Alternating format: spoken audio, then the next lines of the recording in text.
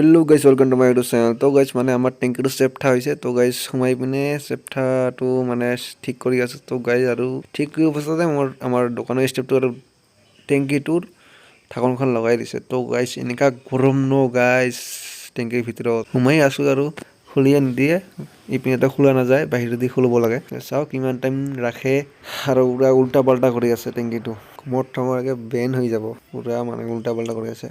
মই আৰু ভাবিলো সেই কাৰণে আৰু ভিডিওটো বনাও ইয়াৰ ভিতৰত। তো গাইস টেংকিৰ ভিতৰত সোমাই কিনে ভালে লাগে কিন্তু এনেকা গৰম ঢাকনটো বন্ধ কৰিলে এক তামাম গৰম গাইস বহুত গৰম। এটা 1000 লিটাৰ টেংকি হয়। তো গাইস মই ভাবিছো মানে টেংকিটোৰ ভিতৰত সোমাইছো কিন্তু টেংকিটোৰ ঢাকনটো দিয়াৰ লগে লগে মই উকা নিগাৰ নিবলৈ মানে প্ৰব্লেম হয় নেকি বুলি ভাবিছো। তো গাইস টেংকিৰ ঢাকনটো লগাৰ পিছত কোনো নো প্ৰব্লেম উকা নিগাৰ লোৱা যায়। গাইস চাওক এইবাৰ আৱাজ চাওক